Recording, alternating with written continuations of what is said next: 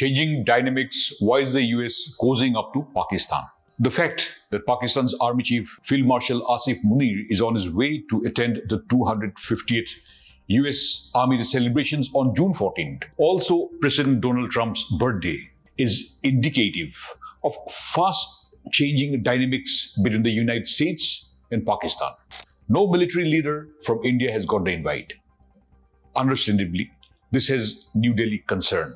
When Trump took over the reins of power, it was anticipated that he would take a strident stand on Pakistan and its well-known support to terror networks and terrorists, and actually back up India's position. But the sudden cozying up of Trump to Pakistan and the fact that the US did not support India in an expected manner during the recent 4-day-long military conflict between the two South Asian neighbors has belied India's expectations to a large extent.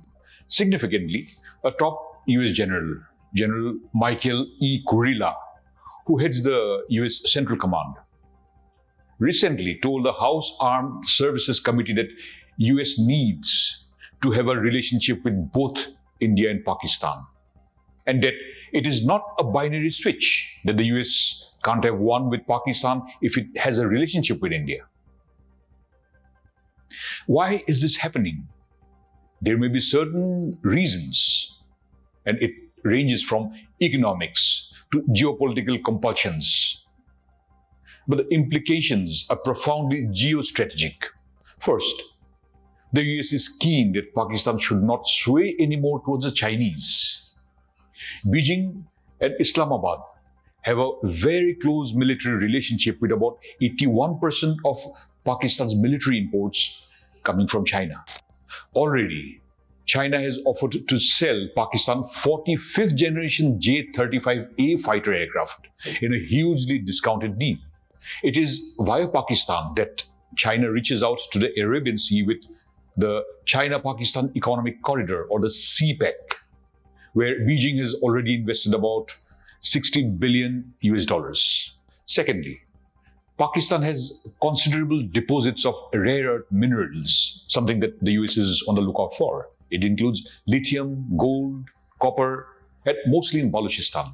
Already several moves are afoot between the US and Pakistan to facilitate US exploration and exploitation of Pakistan's rich mineral resources.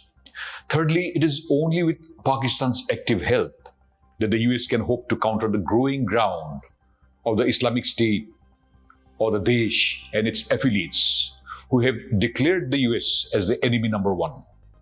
Fourthly, the US knows that Pakistan owes about $15 billion to China, and China is seeking repayment.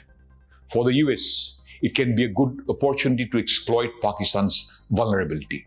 Fifthly, signs of proximity with Pakistan may be a tactic to apply pressure on India to choose the Americans as a preferred side over the Russians. Now, with Russia, India has been traditionally having very close military and strategic ties.